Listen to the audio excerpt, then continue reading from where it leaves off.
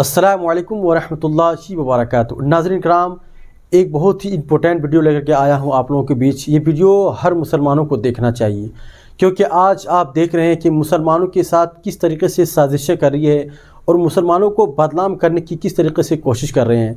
जब इस पूरी वीडियो को आप देखेंगे तो आपको सारी बातें आपको समझ में आ जाएगी कि एक शख्स फेक आईडी बना करके किस तरीके से मुसलमानों को बदनाम करने की कोशिश करते हैं। आइए पर इस पूरी वीडियो को देखें, किस तरीके से अभिसार शर्मा ने इसका पूरा खुलासा बताया है। मैं चाहता हूं कि पूरी वीडियो को आप आखिर तक देखें। तो आइए सबसे पहले इस पूरी वीडियो को आप पहले देखें। अब्दुल को तो टाइट कर दिया, मगर उसके चक्कर में आपके घर का प्रकाश, आपके घर का आयुष बर्बाद हो रहा है। क्योंकि भारतीय जनता पार्टी के जो कट्टर समर्थक है यही बात तो कहते हैं कि भाई बीजेपी हमें रोजगार बेशक ना दे पाई हो, महंगाई बेशक ना कम कर पाई हो, लॉ एंड ऑर्डर यानी कानून व्यवस्था को बेशक दुरुस्त ना कर पाई हो, मगर मुसलमान को टाइट कर दिया गया है। मगर उसके चक्कर में हमारे जो हिंदू बच्चे हैं वो किस तरह से बर्बाद हो रहे हैं ना, यह रिपोर्ट उसकी ताजा मिसाल है। खबर क्या मैं आपको बताता हूं। इंस्टाग्राम में नासिर पठान के नाम से एक खबर आती है कि हम कुंभ मेले में बॉम्ब ब्लास्ट करवाएंगे। जी हां, बाकायदा ये इंस्टाग्राम पोस्ट आती है नासिर पठान के नाम से कि 1000 लोग मारे जाएंगे, बच्चे औरतें मारी जाएंगी। पुलिस जब पड़ताल करती है तो पता चलता है ये व्यक्ति नासिर पठान नहीं, ये आयुष जायसवाल है।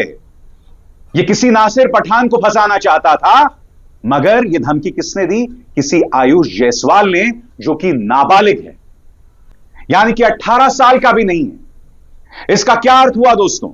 इसका अर्थ यह हुआ कि पिछले 11 सालों से हमारी नसों में प्रचार तंत्र के जरिए, गोदी मीडिया के जरिए, हमारे रेडियो रवांडा स्वरूपी गोदी मीडिया के जरिए जो जहर भरा जा रहा था, उसका असर हमारे बच्चों पर पड़ रहा है। और यह इक्का दुक्का मिसाल नहीं है दोस्तों, ऐसी ढेरों मिसालें सामने उभर कर आती हैं जहां कुछ हिंदू यह दावा करते हैं, इस तरह का प्रपंच, इस तरह का नाटक रचते हैं कि साहब मुसलमान ऐसा कुछ करने वाले हैं, मगर जब उसकी पड़ताल होती है तो पता चलता है इसके पीछे हिंदू थे जो जानबूझकर इस तरह की धमकी दे रहे थे कुछ मुसलमानों को फंसाने के लिए। ऐसी ढेरों मिसालें इससे पहले भी आई हैं। मैं क्या कहना चाहता हूं दोस्तों, क्या इस नफरत के चलते आप अपने बच्चों को बर्बाद होते देना चाहेंगे? क्या आप इस खेल को बिल्कुल भी नहीं समझ रहे हैं? आप सोचिए आयुष जायसवाल को किस तरह से ब्रेन वॉश किया गया होगा कि इसके दिमाग में यह प्लान आया होगा कि एक मुसलमान को फंसाने के लिए मैं इस तरह की धमकी दे दूं। पुलिस पहुंचती है और पूर्णिया में दूध का दूध और पानी का पानी हो जाता है, क्योंकि आयुष जायसवाल जो है वो पूर्णिया का रहने वाला है। मैं फिर आपसे सवाल पूछता हूं, अब्दुल को टाइट करने के चक्कर में या मुसलमानों पर अंकुश लगाने के चक्कर में बर्बाद कौन हो रहा है? बताइए, कौन बर्बाद हो रहा है? यह है भारतीय जनता पार्टी के विधायक नंद किशोर गुर्जर। ये वो व्यक्ति हैं जो अक्सर विवादित बयान देते रहते हैं। ये वो व्यक्ति हैं जिन्होंने किसानों का अपमान किया था जब 2020-21 में वो लोग आंदोलन कर रहे थे। अब इनका बयान सुनिए। ये कह रहे हैं कि उत्तर प्रदेश में बड़े पैमाने पर गाय कट रही है और ये सब हो रहा है योगी राज के दौरान। वो ये भी कहते हैं कि मुझे मारने की भी तैयारी हो रही है। यानी कि याद कीजिएगा इस साल की शुरुआत में क्या हुआ था। पहले ही दिन एक जिम ओनर शाहिदीन को गोकशी के आरोप में मौत के घाट उतार दिया गया था। शाहिदीन के छोटे छोटे बच्चे थे, उसका एक परिवार था, उसे मौत के घाट उतार दिया गया था।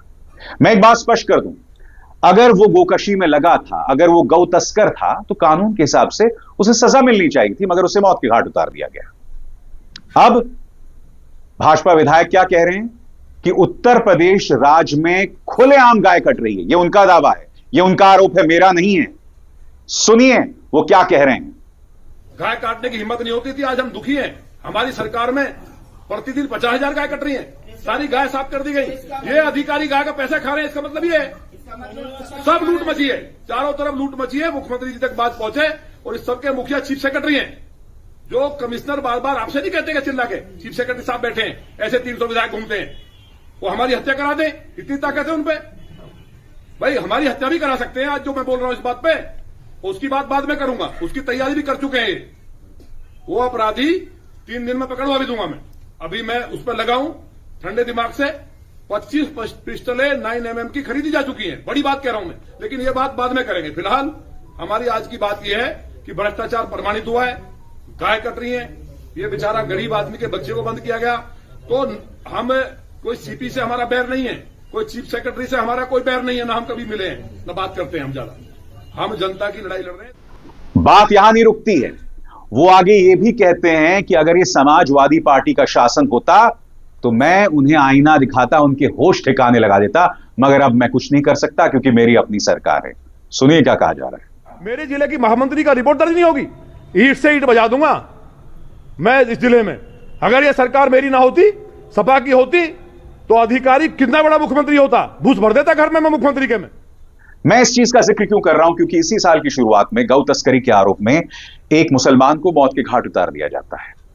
यानी कि गौ सेवा के नाम पर इस तरह से आतंक जो है हर तरफ चल रहा है। और याद कीजिएगा, प्रधानमंत्री नरेंद्र मोदी ने आज से कई सालों पहले इसका जिक्र भी किया था कि कुछ लोग गौ सेवा के नाम पर जो हैं आतंक फैला रहे हैं। गौ सेवा के नाम पर उन्होंने अराजकता फैला रखी है। याद है कि नहीं आपको? सालों पहले उनका बयान है जब वो प्रधानमंत्री बन चुके थे, ये कहा था इन्होंने। मैं कभी कभी ये जो गौरक्षा के नाम पर कुछ लोग अपनी दुकानें खोल करके बैठ गए हैं,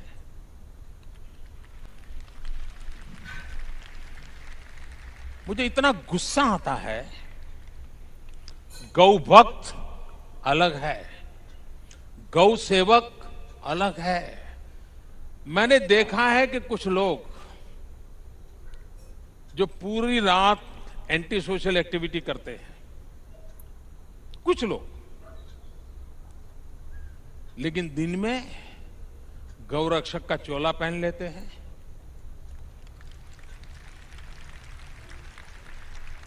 मैं राज्य सरकारों को अनुरोध करता हूं कि ऐसे जो स्वयंसेवी निकले हैं, अपने आप को बड़ा गौरक्षक मानते हैं, उनका जरा डोजियर तैयार करो। 70-80% ऐसे निकलेंगे जो ऐसे गोरख धंधे करते हैं जो समाज स्वीकार नहीं करता है, लेकिन अपनी उस बुराइयों को से बचने के लिए ये गौरक्षा का चोला पहन करके निकलते हैं। मगर कथनी और करनी का फर्क। गौ सेवा के नाम पर दूसरे नागरिकों पर आतंक जो है वो मचाओ, उन्हें डराओ धमकाओ, देश में एक माहौल बनाओ कि हिंदू खतरे में है, मगर हिंदू बच्चे के साथ क्या हो रहा है? आयुष जायसवाल इसकी ताजा मिसाल है। उसकी नसों में इस कदर नफरत भर दी गई है कि आपके सामने मिसाल है। वो इस तरह की हरकत करने से भी बाज नहीं आ रहा है। मैं फिर आपसे पूछना चाहता हूं, क्या इससे हिंदुओं का उद्धार हो रहा है? क्या इससे हमारे धर्म का रुतबा बढ़ रहा है? यह सवाल आपसे है, यह मेरा सवाल भी नहीं है, यह सवाल आप खुद से पूछिए। क्योंकि वो लोग तो वोट हासिल करना चाहते हैं, उनका मकसद है वोट हासिल करना, और वो हर कीमत पर वोट हासिल कर रहे हैं। वो बार बार हमारी बुद्धिमत्ता को चुनौती दे रहे हैं। यह शख्स याद है कि नहीं आपको? रमेश बिधूड़ी। यह व्यक्ति दिल्ली की मुख्यमंत्री आतिशी मरलेना को चुनौती दे रहे हैं। उनके खिलाफ ये भाजपा के कैंडिडेट हैं। याद कीजिएगा, इन्होंने पहले प्रियंका गांधी वाड्रा के बारे में कहा था कि मैं दिल्ली की सड़कें प्रियंका गांधी वाड्रा की गालों जैसे बना दूंगा, और अब इन्होंने कहा है कि आतिशी मरलेना ने अपने बाप को बदल दिया है या अपना बाप बदल लिया है। सुनिए उन्होंने आतिशी के बारे में क्या कहा। अरे ये मारलीना, ये तो सिंह बन गई भैया, चेहरा ही नाम बदल दिया। केजरीवाल ने बच्चों की कसम खाई थी, भ्रष्टाचारी कांग्रेस के साथ नहीं जाऊंगा। मारलीना ने बाप बदल दिया, पहले मारलीना थी, अब सिंह हो गई। ये इनका चरित्र है। और याद कीजिएगा, इससे पहले इन्होंने प्रियंका गांधी वाड्रा के बारे में क्या कहा था। लालू ने कहा था बिहार में कि बिहार की सड़कों को मैं हेमा मालिनी जी के गालों जैसे बना दूंगा। लालू ने झूठ बोला था, नहीं बना पाया, लेकिन मैं आपको विश्वास दिलाता हूं, जैसे ओखले की सड़कें हमने बना दिए, संगम बिहार की सड़कें बना दिए, इसी प्रकार से कालकाजी भी सुधार कैंप के सामने वाली, बराबर वाली, अंदर वाली सारी की सारी सड़कें प्रियंका गांधी के गाल जैसे जरूर बना देंगे। आपको याद होगा, संसद के अंदर दानिश अली के बारे में, बीएसपी के पूर्व सांसद दानिश अली के बारे में किस तरह के अपशब्दों का इस्तेमाल विधुड़ी साहब ने किया था। यह है भाजपा का चाल चरित्र चेहरा, यह है भारतीय जनता पार्टी का टैलेंट पूल, जहां महिलाओं का इस कदर अपमान किया जाता है। हालांकि ये माफी मांग चुके हैं, मगर किस बात की माफी? पहले तुमने प्रियंका गांधी वाड्रा के बारे में अनर्गल बात की, फिर तुमने आतिशी मरलेना के बारे में कहा कि उन्होंने अपना बाप बदल दिया है, अब माफी मांग रहे हो। उससे क्या होता है? यानी कि आपकी नुमाइंदगी करने के लिए इस तरह के लोग भारतीय जनता पार्टी के पास हैं। यह है निशिकांत दुबे, इन्होंने 2 महिला नेताओं को, दीपिका पांडे सिंह जो कि कांग्रेस की नेता थी और महुआ मोइत्रा जो कि टीएमसी की सांसद हैं, उन्हें नगर वधू बताया था। नगर वधू का मतलब जानते हैं ना? जानते हैं ना नगर वधू का क्या मतलब है? तो नाज़रीन किराम, आपने पूरी वीडियो देख ली और समझ भी गए होंगे कि किस तरीके से मुसलमानों के साथ ये साजिशें कर रही है। अभी सार शर्मा ने बहुत ही बेहतरीन अंदाज में आपको पूरा खुलासा बताया। तो नाज़रीन, ये वीडियो देख करके आपको कैसा लगा, अपनी राय को कमेंट में ज़रूर बताएं और वीडियो को ज़्यादा शेयर करें। अस्सलामु अलैकुम वरहमतुल्लाहि वबरकातुहू।